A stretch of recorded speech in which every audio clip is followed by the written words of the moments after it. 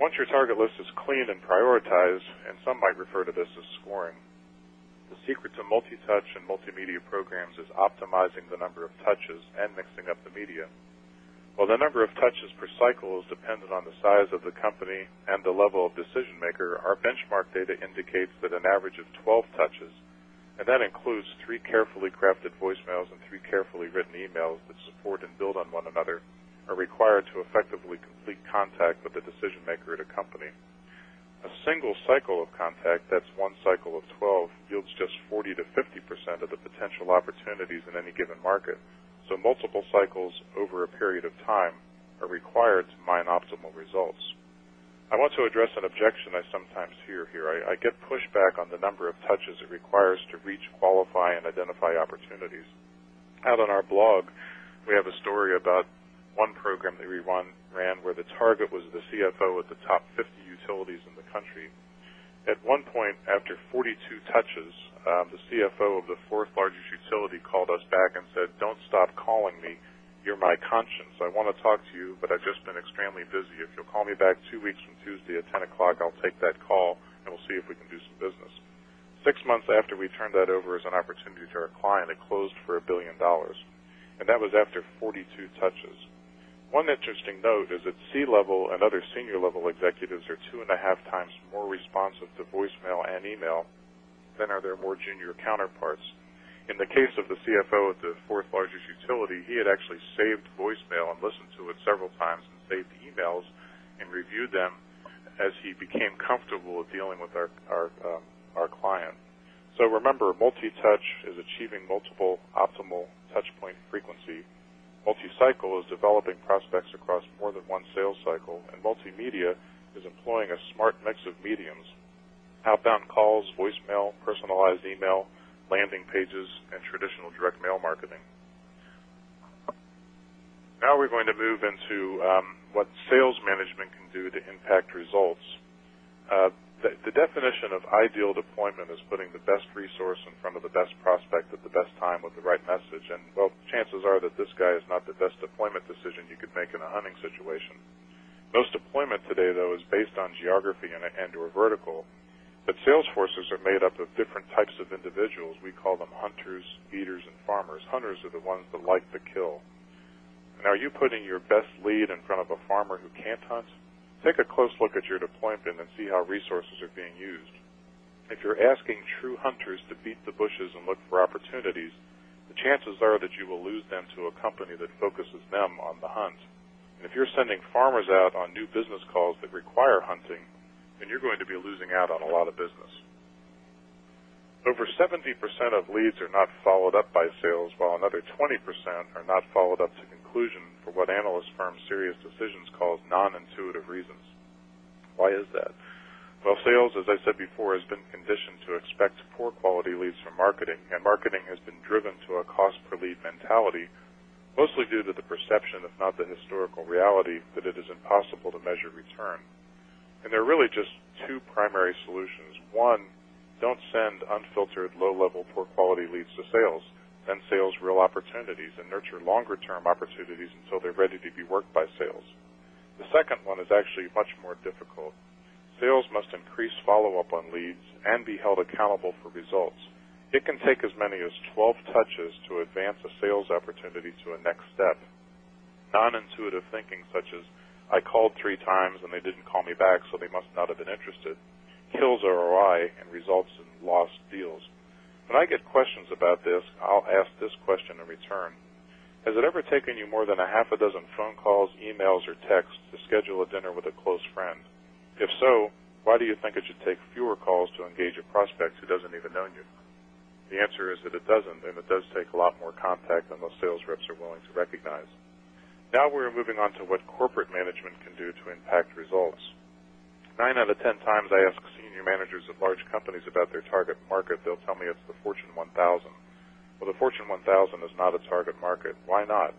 I'll give you an example. Yum is a Fortune 1000 company. It's the parent company of Irvine-based Taco Bell Corporation. It's also the parent of Louisville, Kentucky-based KFC. Pizza Hut, Long John Silver's, and A&W All-American Foods are also part of this conglomerate. The company has hundreds, if not thousands, of decision points.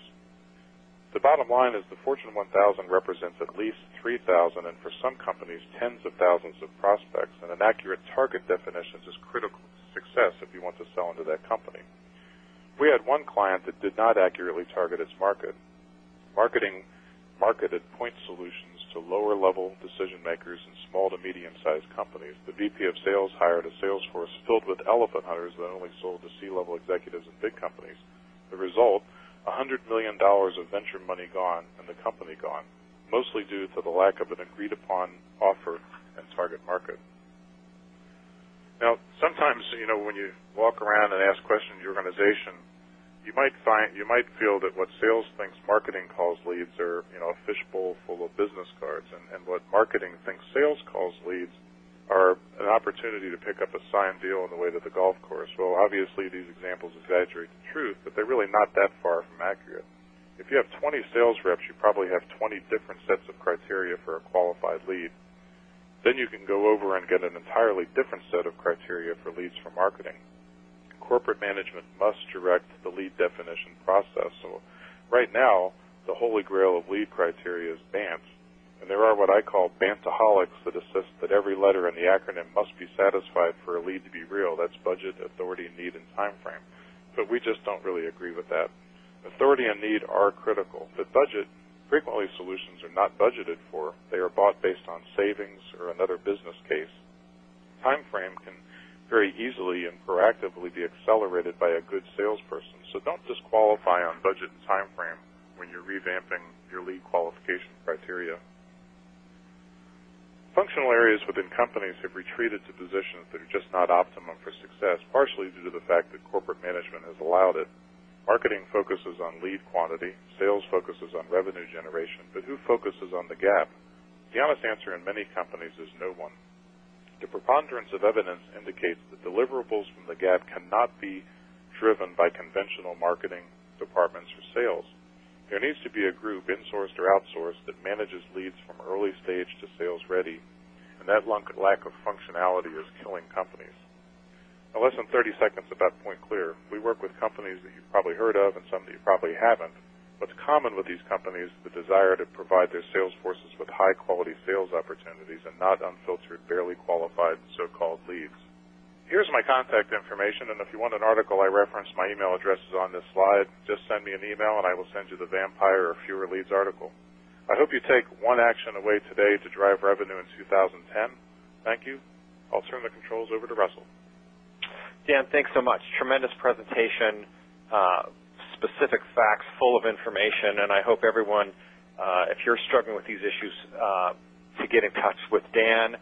I know I'm going to be part of his blog and participate, so tons of content there. Let's get into this portion of the presentation where I want to build on Dan's presentation about 8 critical trends that is happening from an offer perspective to fill the sales pipeline. And these are things that we are seeing at TKO, things that are making a big difference in the business today. And one of the most powerful trends that we're seeing is that we are just no longer in control as the marketer. The prospect is in control. They are running the sales process, and it is our job as the marketer to guide them. We can no longer be the classic deliverer of information and control everything. Instead, we have to be the facilitator to help them buy, to help them have confidence in us, to help them have trust in us, to help them have trust in our company and our brand and ourselves throughout the sales cycle. Now, 4 years ago, Thomas Stewart, the editor of Harvard Business Review, sort of predicted the fact that the customer buying process was evolving, but the selling process was not, that companies were being stuck. However, in this 4-year time, there's been significant pressure as a result of the recession, as a result of new media channels, that is literally forcing the way companies are selling to help buyers shop for themselves and to shop with more confidence. We have clearly moved into the era of self-serve. You can check out your own groceries at Vons. You can go to the hardware store and get all your own supplies at Home Depot.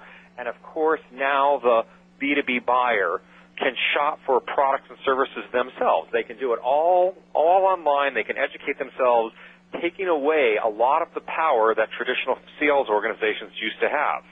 The key fact here is that if sellers are not feeding information into the self-serve online world, if we're not putting up content on a blog, if we're not participating in our Facebook communities, if we're not dealing with LinkedIn, we are missing opportunities and are rapidly becoming at a disadvantage.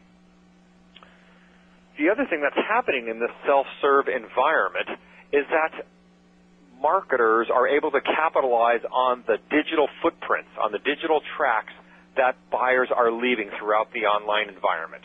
That when a shopper goes and visits your site and they download content and they determine how long they're staying, we're able to understand that and look at it from a digital perspective. This is what Eloqua calls the digital body language. This is the replacement of the non-visual cues we used to get while sitting across the desk from the buyer.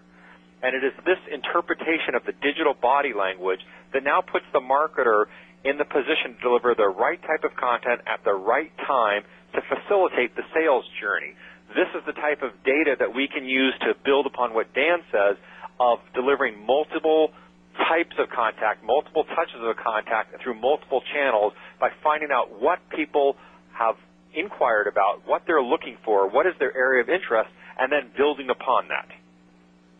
The second trend is there are multiple people involved in the decision process, more now than ever before. And of course what this means is that we have a lot of complexity.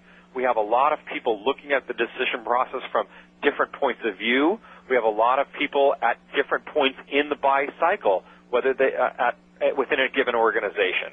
And of course what this challenges the marketer to do is to have multiple communications going on simultaneously that are at multiple levels of the buy cycle, and this requires a form of automation given its complexity, and we're going to come to that in just a second. The third trend, and I think is no surprise, is measurement, show me, prove it to me. The purse strings are tight, and CFOs are demanding of the marketing departments that I want accountability. I want to know that you're not just delivering me response. I want revenue. I want contribution. I want measurement. And this is causing a need more than ever before for marketing and sales to work together and to close this gap Dan was referring to. The other thing that's happening with this new accountability, the new complexity, the new buyers, the new sort of online shopping patterns, is there are new positions that are coming within a demand gen organization. There's many more marketing analysts. There's content development management specialists. There's technologists, there's social media marketing, search engine marketing. Many of these titles we wouldn't find just 4 or 5 years ago. And this is requiring new skill sets, new deployments, new integrations that are happening in the marketing environment. Of course, Trend 5 talks about marketing has to do more with less. And to no surprise, our financial managers are asking us to generate more revenue where they're not going to give us more staff, they're not going to open up the purse strings on our budgets. And what this means is that we have to be more clever, more creative, we have to get out the waste, we have to be more efficient and more effective than ever before.